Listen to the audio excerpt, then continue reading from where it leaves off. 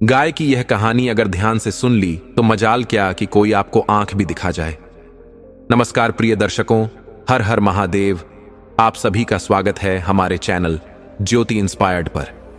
दर्शक बंधु, ये कथा आपके जीवन में ऐसी अद्भुत शिक्षा लेकर आएगी जिसे अपनाने के बाद आप कभी भी दुखी नहीं रहेंगे।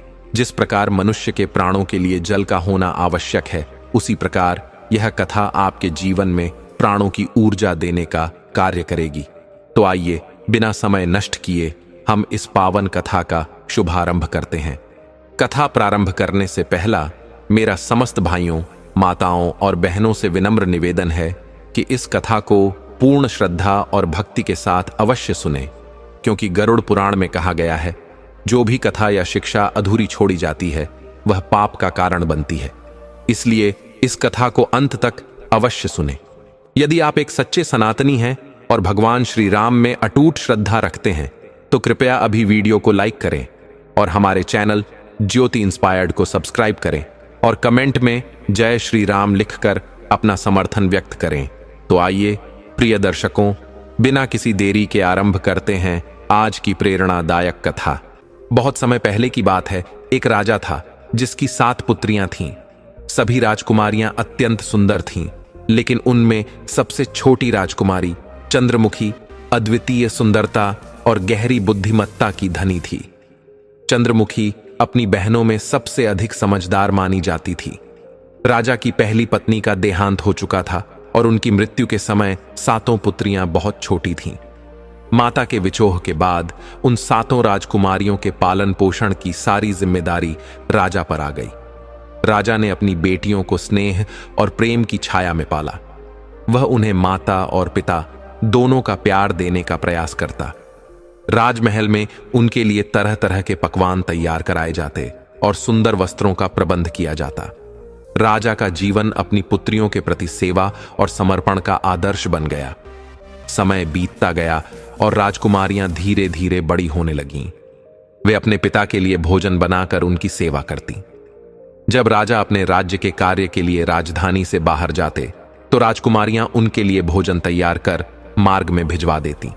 उसी राज्य में राजा का एक प्रधान सेवक था जिसकी असमय मृत्यु हो गई। उसके पीछे उसकी पत्नी और एक छोटी कन्या अकेली रह गई। वह विधवा स्त्री बेहद कठिनाइयों का सामना कर रही थी। राजा की छोटी बेटी चंद्रमुखी, जो स्पष्टवादिता और कठोरता के लिए जानी जाती थी, उस विधवा स्त्री को पसंद नहीं करती थी। जब वह स्त्री चूल्हे की आग मांगने के लिए राजकुमारियों के पास आती तो चंद्रमुखी उसे डांटते हुए कहती, अपने घर जाकर स्वयं आग जलाओ, हर दिन हमारे पास क्यों आती हो। हालांकि उस स्त्री पर इन डांट फटकार का कोई असर नहीं होता। वह प्रतिदिन राजमहल में आग मांगने आती। चंद्रमुखी की बड़ी बहनें उसे समझाती, चंद्रमुखी शांत रहो, वह विधवा है और हमसे केवल थोड़ी सी आग ही तो मांगती है, इसमें क्या बुरा है, भगवान के नाम पर उसकी मदद कर दो।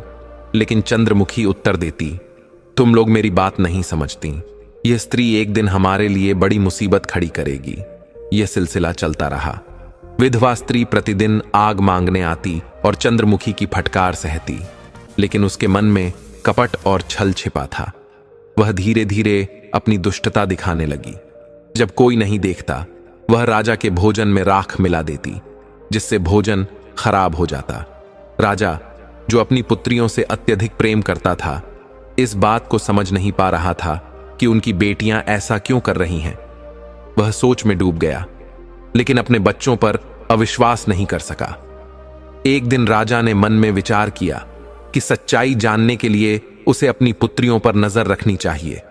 वह सोच रहा था, मेरी बेटियां मुझसे इतना प्रेम करती हैं, वे मेरा खाना क्यों खराब करेंगी? क्या यह सच में उनकी गलती है? ऐसा विचार करते हुए राजा ने यह पता लगाने का निश्चय किया। राजा अपने कक्ष में गया और गुप्त झरोखे से अपनी बेटियों को खाना बनाते हुए देखने लगा। उसके मन में प्रश्न थे, क्या मेरी बेटियां सच में मेरे खाने को खराब कर रही हैं? क्यों वे ऐसा करेंगी? क्या वे मुझसे नाराज हैं? राजा ने देखा कि उसकी 7 बेटियां बड़े मनोयोग और सावधानी से चावलों को धो रही थीं और पूरी स्वच्छता से भोजन बना रही थीं। जब भोजन तैयार हो गया तो उन्होंने उसे चूल्हे से दूर हटाकर सुरक्षित रख दिया। इतने में प्रधान की विधवा स्त्री वहां आग मांगने आई। तभी चंद्रमुखी, जो स्वभाव से स्पष्टवादी थी, उस स्त्री पर क्रोधित हो गई और उसे डांटने लगी। हर दिन आग मांगने क्यों आती हो? अपने घर में खुद चूल्हा क्यों नहीं जलाती? लेकिन चंद्रमुखी की बड़ी बहनों ने उसे शांत किया और कहा, थोड़ी सी आग देने से क्या होगा? वह बेचारी है, उसे कुछ मत कहो। राजा यह सब देख रहा था। उसने देखा कि जब विधवा स्त्री आग लेकर जाने लगी तो उसने चोरी छिपे सारा खाना खराब कर दिया। उसने भोजन में राख मिला दी और वहां से चली गई। राजा यह देखकर अत्यंत क्रोधित हो गया। उसे अपनी बेटियों की निर्दोषता का पता चल गया था। राजा ने तुरंत दरबार लगाया और प्रधान की विधवा को पकड़कर लाने का आदेश दिया। जब विधवा दरबार में लाई गई तो राजा ने क्रोधित होकर उससे पूछा, तुमने ऐसा क्यों किया? मेरी बेटियों ने तुम्हारा क्या बिगाड़ा था? विधवा स्त्री ने कहा, महाराज, मुझे क्षमा करें। मैं तो बस एक खेल खेल रही थी। मैं यह देखना चाहती थी कि आप इस समस्या का समाधान कैसे करेंगे। आप तो बहुत ही न्यायप्रिय और बुद्धिमान हैं। उसकी मीठी बातों में आकर राजा का क्रोध शांत हो गया। उसकी चतुराई और बातों से प्रभावित होकर राजा ने उसे दंड देने के बजाय उससे विवाह करने का निर्णय कर लिया। इस प्रकार वह विधवा स्त्री रानी बनकर राजमहल में आ गई। लेकिन अब वह रानी राजा की पहली पत्नी की 7 बेटियों से घृणा करने लगी। वह हर समय साजिशें रचती रहती ताकि किसी तरह राजकुमारियां महल से निकाल दी जाएं।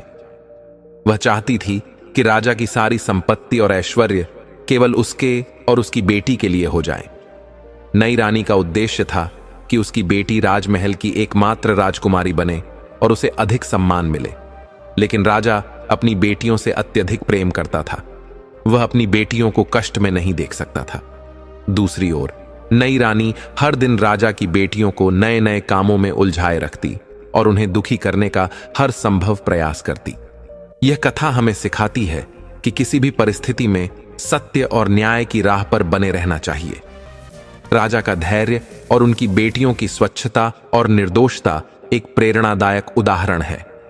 धीरे धीरे सौतेली रानी, जो पहले प्रधान की पत्नी थी, अब राजा की रानी बनकर 7 राजकुमारियों पर अत्याचार करने लगी। उसने उनकी हर प्रकार की सुख सुविधाएं छीन ली।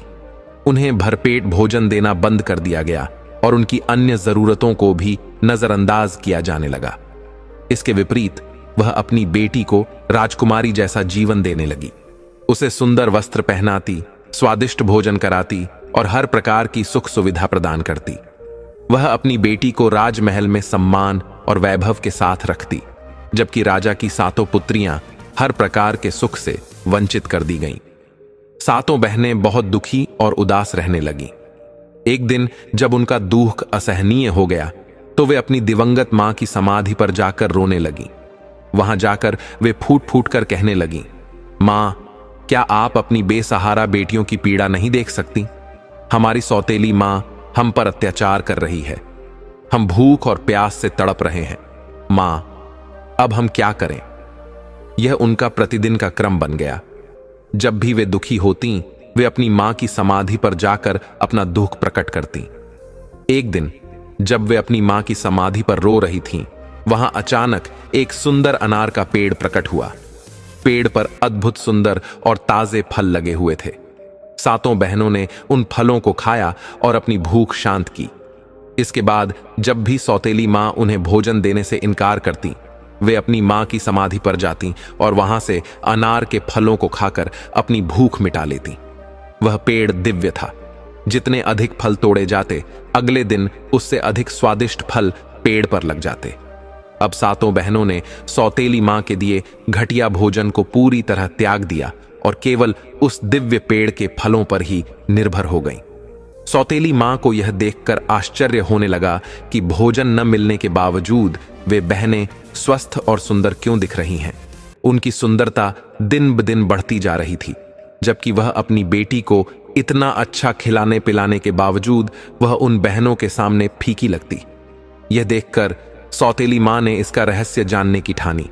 उसने अपनी बेटी को 7 बहनों का पीछा करने को कहा। सौतेली मां की बेटी ने उनका पीछा किया और देखा कि 7 बहनें अपनी मां की समाधि के पास पहुंचकर अनार के सुंदर पके फलों को इकट्ठा कर रही हैं।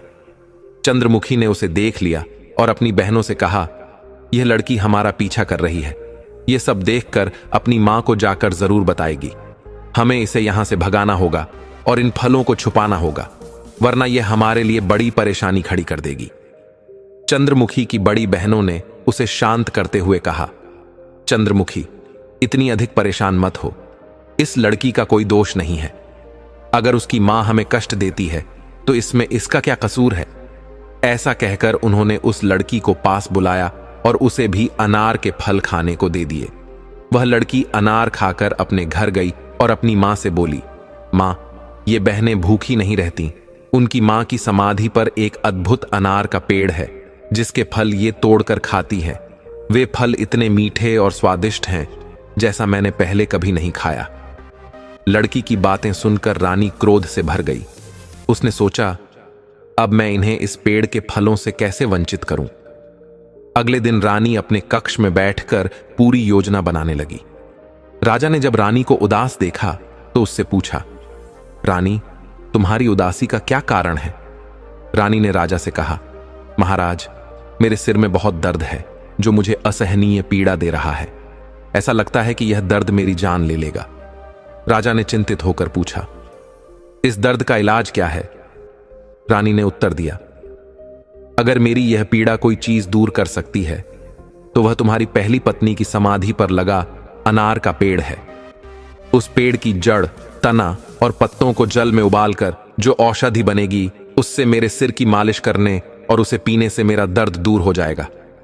राजा रानी की बातों में आकर तुरंत अपने सेवकों को आदेश दिया, पहली रानी की समाधि पर जाकर उस अनार के पेड़ को जड़, तना और पत्तों समेत उखाड़कर महल में ले आओ।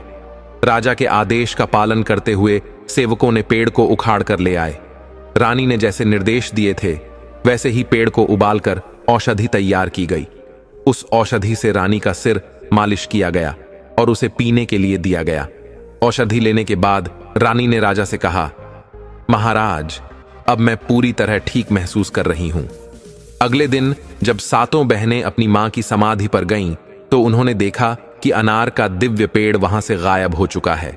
ये देखकर वे सभी अत्यंत दुखी हो गईं और रोते हुए अपनी मां से प्रार्थना करने लगीं, मां, अब हम क्या करें। आपने ही हमें यह पेड़ दिया था जिससे हमारी भूख शांत होती थी। अब हम कहां जाएं। उनकी सच्ची प्रार्थना सुनकर उसी स्थान पर अचानक एक छोटा सा तालाब प्रकट हुआ।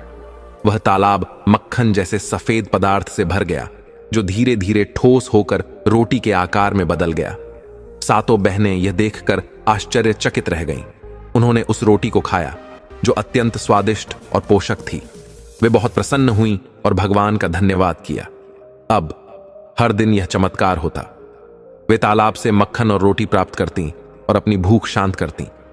रानी, जो राजकुमारियों को दुखी और कमजोर देखना चाहती थी, यह देखकर फिर से चिंतित हो गई। उसने अपनी बेटी को बुलाकर कहा, मैंने अनार के पेड़ को उखाड़ फेंका, लेकिन फिर भी ये लड़कियां भूखी या उदास नहीं दिखती। इनमें से कोई भी कमजोर नहीं है। आखिर ये अपना भोजन कहां से प्राप्त कर रही हैं? तुम्हें फिर से इनका पीछा करना होगा और इस रहस्य का पता लगाना होगा।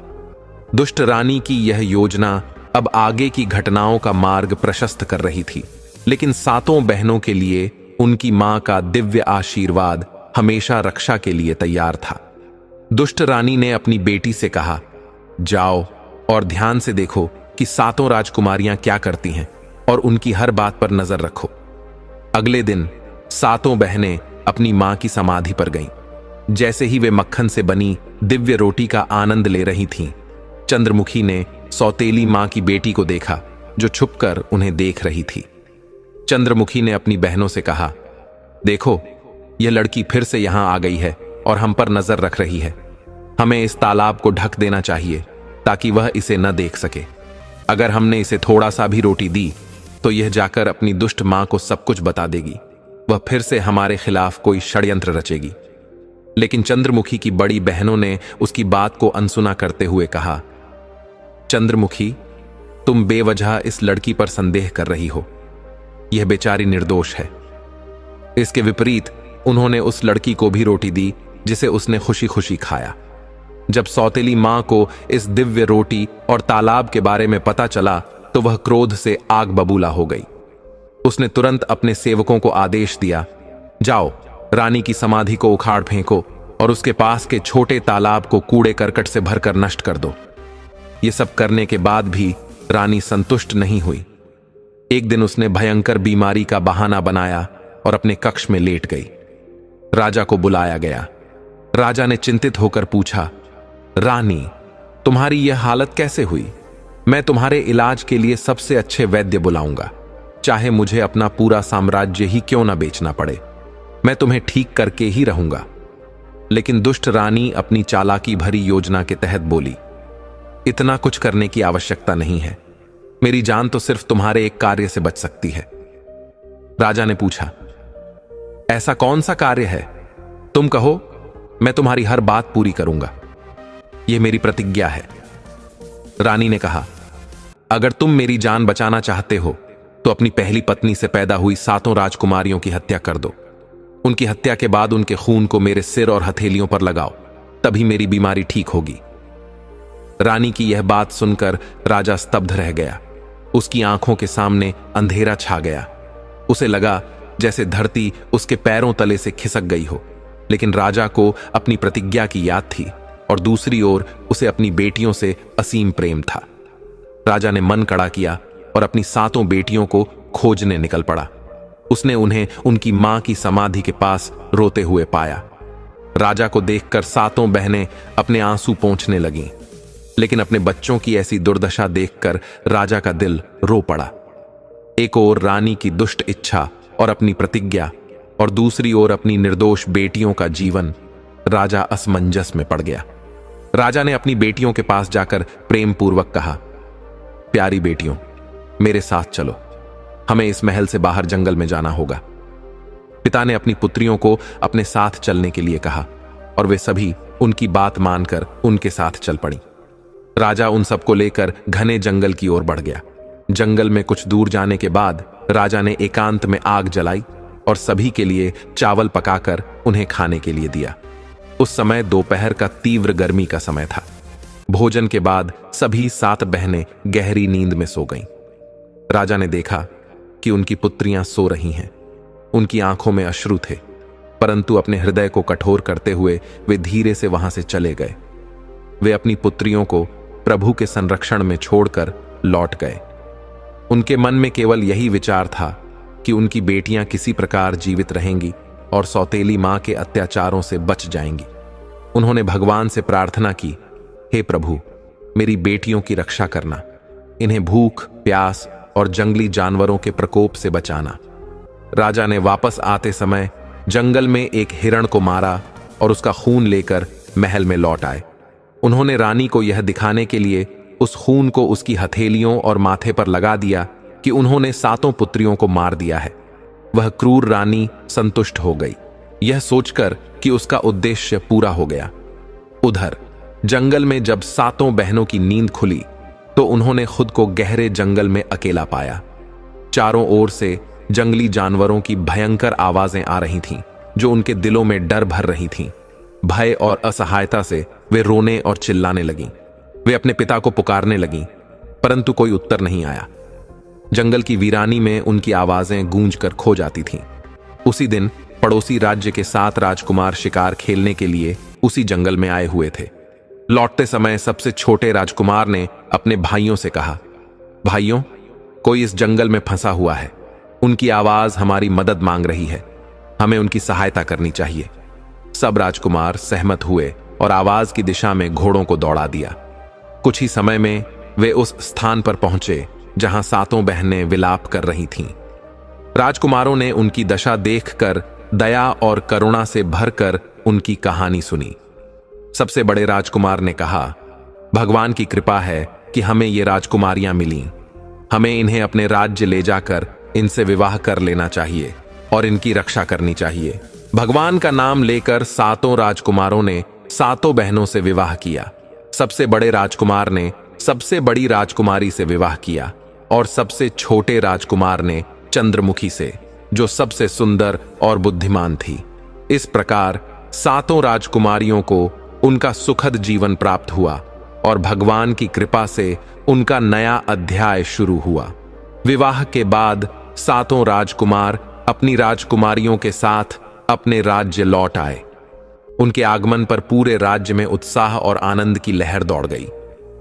करीब 1 वर्ष बाद चंद्रमुखी, जो सबसे छोटी राजकुमारी थी, ने एक पुत्र को जन्म दिया।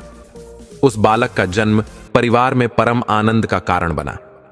परिवार के सभी सदस्य उसे अपने पुत्र की तरह स्नेह और ममता से पालने लगे। उन्हें ऐसा प्रतीत होता था कि उस बालक के 7 पिता और 7 माताएं हैं। सभी उसे अपनी सामूहिक जिम्मेदारी और भगवान का वरदान मानकर उसका पालन पोषण कर रहे थे। समय धीरे धीरे बीतता गया और परिवार सुखपूर्वक जीवन यापन करने लगा। चंद्रमुखी का पुत्र 2 वर्ष का हो गया। एक दिन 7वें राजकुमार ने शिकार पर जाने की इच्छा प्रकट की। उन्होंने अपनी पत्नी चंद्रमुखी और भाइयों से अनुमति लेकर शिकार के लिए प्रस्थान किया, लेकिन कई दिन बीत गए और वह वापस नहीं आए।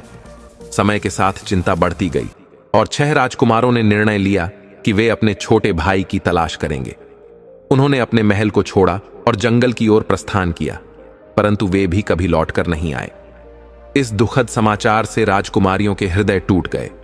उनके मन में भय उत्पन्न हुआ कि शायद उनके पतियों को किसी अनहोनी का सामना करना पड़ा। समय और अधिक बीत गया। एक दिन चंद्रमुखी अपने पुत्र को पालने में झुला रही थीं और उनकी बहनें नीचे के कक्ष में कार्य कर रही थीं। तभी महल के द्वार पर एक व्यक्ति आया जो काले लबादे में था और स्वयं को साधु बता रहा था। उसने भिक्षा मांगी। द्वारपाल ने उसे रोका और कहा, राजा के पुत्र यहां नहीं हैं। उनके लौटने की कोई आशा नहीं है। उनकी विधवाओं को परेशान मत करो। परंतु वह व्यक्ति, जो वास्तव में एक जादूगर था, साधु के रूप में महल के भीतर प्रवेश कर गया। उसका नाम वृषभान था। महल के भीतर सुंदर वस्तुओं को देखते हुए वह उस कक्ष तक पहुंचा जहां चंद्रमुखी अपने पुत्र को झुला रही थीं और लोरी सुना रही थीं। चंद्रमुखी की दिव्य सुंदरता देखकर वह मोहित हो गया। उसने मन ही मन सोचा कि उसने आज तक इतनी अद्भुत स्त्री नहीं देखी। वृषभान ने चंद्रमुखी से कहा, तुम स्वर्ग की अप्सरा की तरह हो। मैं तुमसे विवाह करना चाहता हूं। मेरे साथ चलो। चंद्रमुखी अचंभित और क्रोधित हो उठी। उन्होंने दृढ़ता से उत्तर दिया, मैं विवाहिता हूं। मेरा एक पुत्र है और मुझे उसकी परवरिश करनी है। मेरे जीवन का एकमात्र उद्देश्य अब यही है। जादूगर ने अनेक प्रलोभन दिए, परंतु चंद्रमुखी ने अपने धर्म और अपने पुत्र के प्रति अपनी निष्ठा को अडिग रखा। उन्होंने स्पष्ट रूप से कहा, मेरे पति अवश्य लौटेंगे। मैं उनका इंतजार करूंगी। भगवान मेरी परीक्षा ले रहे हैं और मैं उनकी इच्छा के अनुसार अपने धर्म का पालन करूंगी। जादूगर को चंद्रमुखी का यह उत्तर स्वीकार नहीं हुआ। वह क्रोधित हो गया और अपनी काली जादुई शक्तियों से चंद्रमुखी को एक छोटे काले कुत्ते में बदल दिया। उसने कहा, तू मेरी इच्छा से मेरे साथ नहीं चलेगी तो मैं तुझे अपनी शक्ति से ले जाऊंगा। कुत्ते का रूप धारण कर चुकी चंद्रमुखी विवश हो गई। वह न तो बोल सकती थीं और न ही अपनी बहनों को अपने साथ हुए अन्याय की जानकारी दे सकती थीं। वह अपने दुर्भाग्य और विवशता के साथ जादूगर वृषभान के पीछे पीछे चलने लगी। जादूगर वृषभान जैसे ही महल के द्वार पर पहुंचा, द्वारपालों ने उससे पूछा, यह छोटा कुत्ता तुमने कहां से पाया? जादूगर ने बड़े शांत स्वर में उत्तर दिया, यह कुत्ता मुझे राजकुमारियों ने उपहार में दिया है। द्वारपालों ने उसकी बात पर विश्वास कर उसे महल के बाहर जाने दिया। कुछ समय बाद चंद्रमुखी की बहनों ने उनके भांजे के रोने की आवाज सुनी। जब वे सीढ़ियों से ऊपर चढ़कर उसके कमरे में गईं, तो देखा कि वहां न चंद्रमुखी थी और न ही कोई अन्य व्यक्ति। उन्होंने चारों ओर खोजा, पर चंद्रमुखी का कोई पता नहीं चला।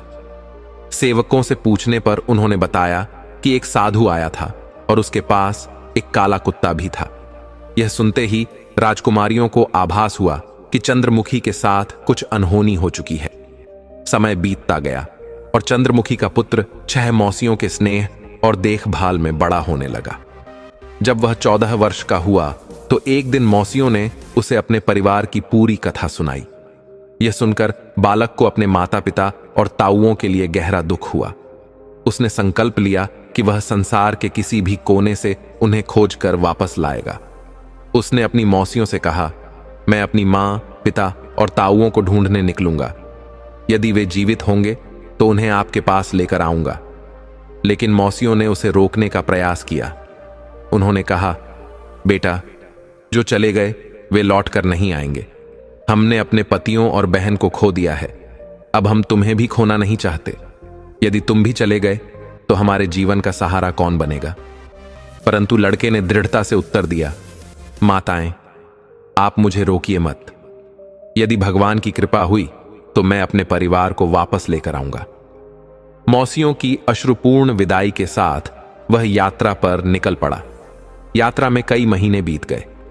जंगल, पहाड़ और मैदान पार करते हुए उसने हजारों किलोमीटर की थकावट भरी यात्रा की, परंतु उसे अपने परिवार का कोई सुराग नहीं मिला। धीरे धीरे निराशा उसके मन में घर करने लगी। एक दिन वह एक अनोखे देश में पहुंचा जहां सब कुछ पत्थर का था। बड़े बड़े चट्टानों के बीच एक विशाल पत्थर की इमारत थी। उसके एक किनारे पर एक छोटा सा घर था जहां एक माली और उसकी पत्नी रहते थे। जब वह इमारत को देख रहा था तो माली की पत्नी ने उसे देख लिया। वह जल्दी से बाहर आई और बोली, बच्चे, तुम कौन हो और इस खतरनाक स्थान पर कैसे पहुंचे? राजकुमार ने उत्तर दिया, मैं एक राजा का पुत्र हूं। मैं अपनी मां, पिता और ताऊओं को ढूंढने आया हूं। मेरी मां को एक दुष्ट जादूगर ने डरा धमकाकर कुत्ता बना दिया और अपने साथ ले गया। यह सुनकर माली की पत्नी ने गहरी सांस ली और कहा, यह देश उसी जादूगर वृषभान का है। उसके पास अपार शक्तियां हैं। जो भी उसकी आज्ञा का उल्लंघन करता है उसे वह अपनी जादुई शक्ति से पत्थर या पेड़ बना देता है। तुम जो भी पेड़ और पत्थर देख रहे हो, ये सब पहले जीवित प्राणी थे। कुछ समय पहले यहां एक राजा आया था, फिर उसके 6 भाई भी आए और जादूगर ने उन्हें भी पत्थर और पेड़ों में बदल दिया। फिर उसने आगे बताया, यहां केवल वही दुर्भाग्यशाली नहीं है। जादूगर ने एक अत्यंत सुंदर रानी को भी पिछले 12 वर्षों से कैद कर रखा है।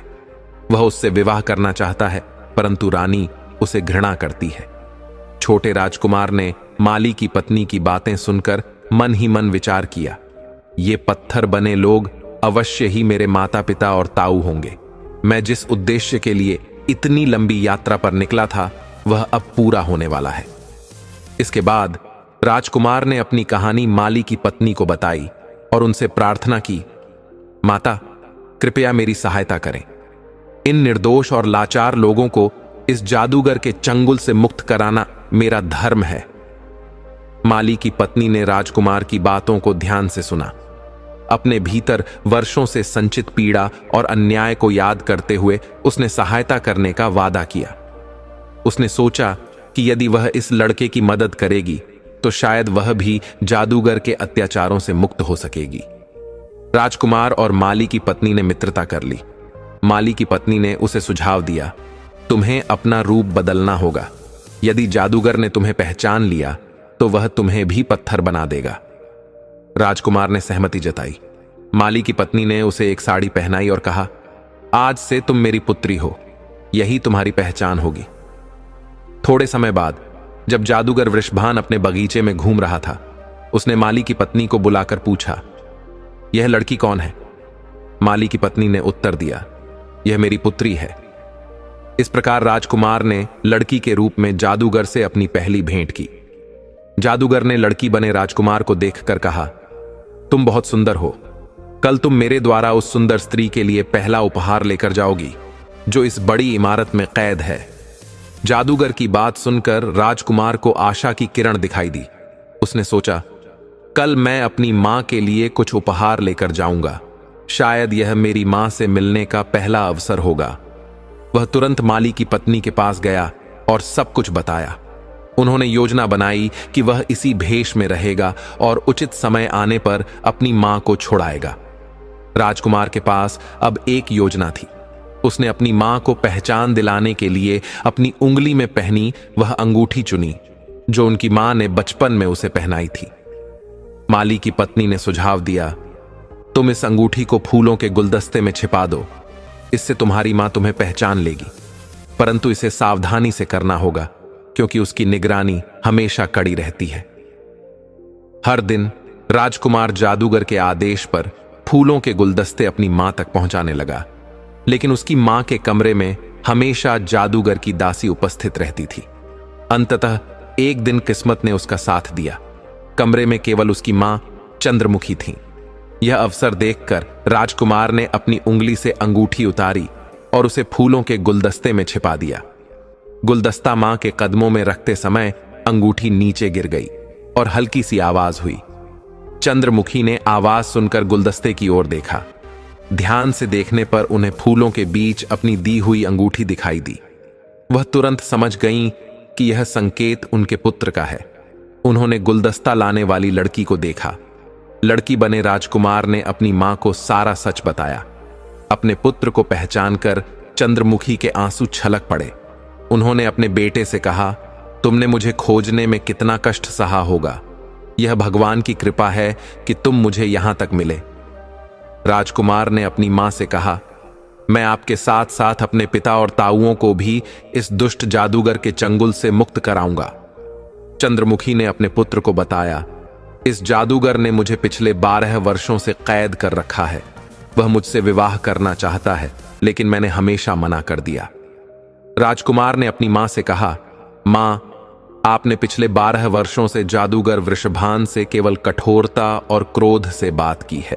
अब उसे यह विश्वास दिलाइए कि आप उससे विवाह करने के लिए तैयार हैं। इससे हमें उसकी शक्तियों और कमजोरी का पता लगाने का अवसर मिलेगा। चंद्रमुखी ने अपने बेटे की बात मानने का निश्चय किया। अगले दिन उन्होंने वृषभान को संदेश भिजवाया कि वह उससे विवाह करने के लिए सहमत है। यह सुनकर जादूगर बहुत प्रसन्न हुआ और तुरंत विवाह की तैयारी करने की बात करने लगा। चंद्रमुखी ने विनम्रता से कहा, शादी से पहले मुझे थोड़ा और समय दीजिए ताकि मैं आपसे अच्छी तरह परिचित हो सकूं। जादूगर इस पर सहमत हो गया। उन्होंने बातचीत के दौरान पूछा, क्या आप अमर हैं? क्या आपको मृत्यु छू भी नहीं सकती? जादूगर ने चंद्रमुखी की बातों को सुनकर उत्तर दिया, तुम यह क्यों पूछ रही हो? चंद्रमुखी ने शांत स्वर में कहा, शादी करने से पहले मैं आपको और आपकी शक्तियों को जानना चाहती हूं। यदि आप पर कोई आपदा आई तो मैं आपकी रक्षा कैसे कर सकती हूं? मैंने पहले अपने पति और पुत्र को खोया है। यदि मैं आपको भी खो दूं तो मेरे जीवन का कोई सहारा नहीं रहेगा। जादूगर ने गर्व से कहा, हां, मैं अमर नहीं हूं, लेकिन मेरी मृत्यु एकमात्र स्थिति में संभव है। मेरे जीवन का रहस्य एक हरे तोते में छिपा है, जो एक बहुत दूर घने जंगल के बीच में स्थित है। उस जंगल में ताड़ के पेड़ों के बीच 6 तालाब हैं। छठे तालाब के नीचे एक छोटा पिंजरा है जिसमें वह तोता रहता है। यदि वह तोता मारा गया तो मेरा अंत हो जाएगा। जादूगर ने आगे बताया, उस तोते की सुरक्षा के लिए मैंने वहां बड़े बड़े जिन्हों को नियुक्त किया है। जो भी उस जगह के पास जाएगा वह मारा जाएगा। चंद्रमुखी ने यह सब बातें अपने बेटे को बता दी। उन्होंने अपने पुत्र से कहा, मैं तुम्हें उस खतरनाक स्थान पर जाने की अनुमति नहीं दे सकती। जादूगर बहुत शक्तिशाली है और मैं तुम्हें खोने का जोखिम नहीं उठा सकती। लेकिन राजकुमार ने अपनी मां को दृढ़ता से उत्तर दिया, मां, जब तक मैं उस तोते को नहीं पकड़ लाता तब तक मेरे पिता और ताऊओं को इस जादूगर की कैद से मुक्त नहीं कराया जा सकता। आप चिंता मत कीजिए, मैं जल्दी लौट आऊंगा। आप जादूगर से विवाह की बातचीत को जारी रखें और उसे विश्वास दिलाएं। राजकुमार अपनी मां को आश्वस्त कर तोते की खोज में निकल पड़ा। लंबी और थका देने वाली यात्रा के बाद वह एक घने जंगल में पहुंचा। वह इतना थक चुका था कि एक बड़े छायादार पेड़ के नीचे आराम करने लगा। ठंडी हवा में वह जल्द ही सो गया। कुछ समय बाद शोर सुनकर उसकी नींद खुल गई। उसने देखा कि एक विशाल सांप उस पेड़ पर चढ़ने की कोशिश कर रहा है जिसके नीचे वह आराम कर रहा था। पेड़ की शाखाओं पर एक चील के घोंसले में 2 छोटे चील के बच्चे बैठे थे। सांप को अपनी ओर बढ़ते देख वे डर के मारे चिल्ला रहे थे। चील के निर्दोष बच्चों पर आने वाले खतरे को देखकर राजकुमार ने तुरंत अपनी तलवार निकाली और सांप को मार दिया। सांप के 2 टुकड़े हो गए और घोंसले के बच्चे सुरक्षित हो गए। कुछ समय बाद उसने हवा में सरसराहट की आवाज सुनी। देखते ही देखते 2 वृद्ध चील घोंसले में लौट आए। वे बच्चों के लिए शिकार करके भोजन लाए थे। उन्होंने मरे हुए सांप और पास खड़े राजकुमार को देखा, जो अभी भी अपनी तलवार पकड़े हुए था। जैसे ही वृद्ध चीलों ने मरे हुए सांप और तलवार पकड़े राजकुमार को देखा, वे तुरंत उड़कर राजकुमार के पास आ गए। मादा चील, जो बच्चों की मां थी, ने राजकुमार से कहा, हे हमारे बच्चों के रक्षक, यह निर्दयी और क्रूर सांप कई वर्षों से मेरे नन्हे बच्चों को खाकर अपना पेट भरता था, लेकिन आज तुमने इस विषैले सर्प को मारकर मेरे बच्चों की रक्षा की है। इसके लिए हम सदा तुम्हारे आभारी रहेंगे। यदि तुम्हें कभी हमारी सहायता की आवश्यकता हो तो हमें याद करना, हम अवश्य ही तुम्हारी सेवा में उपस्थित होंगे। इसके साथ ही मादा चील ने कहा, तुम इन छोटे चीलों को अपने साथ ले जाओ, ये तुम्हारे सेवक की तरह तुम्हारी सहायता करेंगे। राजकुमार ने आभार व्यक्त करते हुए अपनी कहानी सुनाई और बताया कि वह अपनी मां, पिता और ताऊओं को जादूगर के चंगुल से बचाने आया है। चीलों ने उसकी कहानी सुनकर कहा, हम तुम्हारी मदद करेंगे। हम तुम्हें उस स्थान तक ले जाएंगे जहां जादूगर ने अपना जीवन तोते में छिपा रखा है। इसके बाद वृद्ध चीलों ने अपने पंख फैलाए और राजकुमार को अपने पंखों पर बैठाकर आकाश मार्ग से उड़ान भरी। वे राजकुमार को घने जंगल के बीच एक स्थान पर ले गए जहां ताड़ के पेड़ों का गोल घेरा था। इन पेड़ों के केंद्र में 6 पानी से भरे तालाब थे। दिन का समय था और गर्मी बहुत अधिक थी। चारों ओर पेड़ों पर जिन्न, राक्षस और शैतान गहरी नींद में सोए हुए थे। चीलों ने राजकुमार को बताया, यह वह स्थान है, अब हमें सतर्क रहना होगा। चीलों ने राजकुमार को नीचे उतारा और वह सावधानी से तालाबों की ओर बढ़ा। चीलों की सहायता से राजकुमार ने 6 तालाबों को एक ही प्रयास में प्रदूषित कर दिया। फिर वह 6ठे तालाब के नीचे बनी सीढ़ियों से नीचे उतरा और उस छोटे पिंजरे तक पहुंचा जिसमें हरे रंग का तोता बंद था। राजकुमार ने सावधानी से उस तोते को कपड़े में लपेटकर अपनी जेब में रखा और तेजी से बाहर निकला। जैसे ही वह चीलों के पंखों पर सवार हुआ और आकाश मार्ग से उड़ने लगा, नीचे सो रहे राक्षस और जिन्न जाग गए। वे सब चिल्लाने लगे और उनके शोर से पूरा जंगल गूंज उठा। उन्हें पता चल चुका था कि उनका खजाना गायब हो चुका है। चीलों ने सैकड़ों मील की यात्रा के बाद राजकुमार को वापस अपने घोंसले तक पहुंचाया। वहां पहुंचकर राजकुमार ने कहा, आपके छोटे चील मेरे लिए अद्भुत सहायक रहे। अब आप इन्हें वापस अपने पास रख लीजिए। यदि मुझे कभी आपकी सहायता की आवश्यकता हुई तो मैं आपसे जरूर संपर्क करूंगा। राजकुमार ने चीलों को धन्यवाद दिया और जादूगर वृषभान के महल की ओर वापसी की यात्रा शुरू की। कुछ समय बाद वह जादूगर के महल के पास बगीचे में पहुंच गया। वहां वह तोते के साथ खेलने लगा। जादूगर वृषभान ने खिड़की से यह दृश्य देखा और तुरंत महल से बाहर आकर राजकुमार के पास पहुंचा। वृषभान ने कहा, यह तोता तुम्हारे पास कहां से आया? इसे मुझे दे दो, इसके बदले मैं तुम्हें बहुत धन दौलत दूंगा। राजकुमार ने दृढ़ता से उत्तर दिया, यह मेरा प्रिय पालतू पक्षी है, मैं इसे किसी भी कीमत पर नहीं दूंगा। जादूगर ने फिर कहा, अगर यह तुम्हारा प्रिय पक्षी है तो मुझे समझना चाहिए, लेकिन क्या तुम इसे बेच सकते हो? मैं इसके लिए तुम्हें मनचाही कीमत दूंगा। राजकुमार ने उत्तर दिया, साहब, यह तोता मेरे लिए अनमोल है, इसे मैं किसी भी कीमत पर नहीं बेच सकता। यह सुनकर जादूगर वृषभान भयभीत हो गया। उसने गिड़गिड़ाते हुए कहा, जो भी चाहो मांग लो, लेकिन यह तोता मुझे दे दो। जादूगर वृषभान की बात सुनकर राजकुमार ने शांत स्वर में कहा, यदि तुम इस तोते के बदले में कुछ देना चाहते हो तो मैं इसे तुम्हें दूंगा, लेकिन मेरी कुछ शर्तें हैं। जादूगर यह सुनकर प्रसन्न हुआ और बोला, बताओ तुम्हें क्या चाहिए, मैं तुम्हारी हर इच्छा पूरी करूंगा। राजकुमार ने कहा, पहली शर्त यह है कि तुम उन 7 राजकुमारों को मुक्त करो जिन्हें तुमने पत्थर और वृक्षों में बदल रखा है। जादूगर ने सहमति जताई और अपनी जादुई शक्ति से चंद्रमुखी के पति और उनके 6 भाइयों को उनके मूल स्वरूप में वापस ला दिया। राजकुमार ने उन्हें अपने प्राकृतिक रूप में देखकर संतोष व्यक्त किया। इसके बाद जादूगर ने कहा, देखो मैंने इन्हें मुक्त कर दिया है, अब तो मुझे मेरा तोता दे दो। लेकिन राजकुमार ने मुस्कुराते हुए कहा, इतनी जल्दी भी क्या है, अब मेरी दूसरी शर्त सुनो, उन सभी को भी आजाद करो जिन्हें तुमने अपनी कैद में रखा है। जादूगर ने राजकुमार की यह शर्त भी मान ली और अपनी छड़ी घुमाई। उसी क्षण पत्थर और वृक्ष बने सभी प्राणी अपने प्राकृतिक स्वरूप में लौट आए। पूरा बगीचा, जो कुछ समय पहले निर्जीव प्रतीत हो रहा था, मानव जीवन से भर गया। चारों ओर राजा, मंत्री, सैनिक, सेवक, घोड़े, हाथी और सजी धजी महिलाएं नजर आने लगीं। सभी प्राणी अपने अपने स्वरूप में जीवित हो गए। बगीचा आनंद और जीवन की खुशबू से भर गया। जादूगर अब अपने दोनों हाथ जोड़कर राजकुमार के सामने रोने लगा और बोला, अब मुझे मेरा तोता दे दो। लेकिन राजकुमार ने तोते को जोर से पकड़ लिया और उसके एक पंख को खींचकर अलग कर दिया। जैसे ही तोते का पहला पंख अलग हुआ, जादूगर वृषभान का दाहिना हाथ उसके शरीर से गिर गया। वह चिल्लाने लगा, मुझे मेरा तोता दे दो।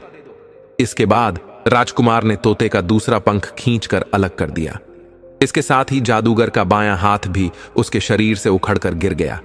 जादूगर अपने घुटनों पर गिर पड़ा और गिड़गिड़ाते हुए बोला, मुझे मेरा तोता दे दो। राजकुमार ने इसके बाद तोते के दोनों पैर उखाड़ दिए। इसी के साथ जादूगर के दोनों पैर भी उसके शरीर से अलग हो गए। अब जादूगर पूरी तरह से लाचार हो चुका था और घुटनों के बल गिरकर कराह रहा था। वह रोते हुए कहता रहा, मुझे मेरा तोता दे दो। फिर राजकुमार ने तोते की गर्दन पकड़ी और उसे मरोड़ दिया। जैसे ही तोते के प्राण निकले, जादूगर वृषभान के प्राण भी उसके शरीर को छोड़कर चले गए। वृषभान अब निर्जीव हो चुका था। राजकुमार ने तोते को जादूगर के पास फेंक दिया। जादूगर के मरते ही उसके सभी जादुई प्रभाव समाप्त हो गए। राजकुमार के पिता ने अपनी पत्नी चंद्रमुखी को बड़ी इमारत से मुक्त कर लिया। पूरा परिवार एकत्रित हो गया और खुशी के साथ अपने देश लौटने का निर्णय लिया। जैसे ही वे अपने राज्य लौटे, उनकी मौसियां अपने पतियों को देखकर अत्यंत प्रसन्न हो गईं। सभी ने मिलकर सुख शांति से अपना जीवन व्यतीत किया। राजकुमार ने अपने साहस और धैर्य से अपनी मां, पिता और ताऊओं को मुक्त कराया और अपने धर्म का पालन किया। प्रिय भक्तों, इस कथा के बारे में आपके क्या विचार हैं? कृपया अपनी अनमोल राय हमें कमेंट बॉक्स में जरूर बताएं। हम आशा करते हैं कि यह कथा आपके मन को भा गई होगी और आपको आध्यात्मिक प्रेरणा मिली होगी। अगर यह कथा आपको पसंद आई हो तो कृपया वीडियो को लाइक करें और हमारे चैनल ज्योति इंस्पायर्ड को सब्सक्राइब करें। इस वीडियो को अधिक से अधिक अपने मित्रों और परिवारजनों के साथ शेयर करें ताकि यह संदेश और ज्ञान सभी तक पहुंचे। साथ ही कमेंट सेक्शन में जय श्री कृष्णा लिखकर अपनी श्रद्धा प्रकट करें। इस वीडियो को अंत तक देखने के लिए आप सभी का दिल से धन्यवाद। जय श्री राम,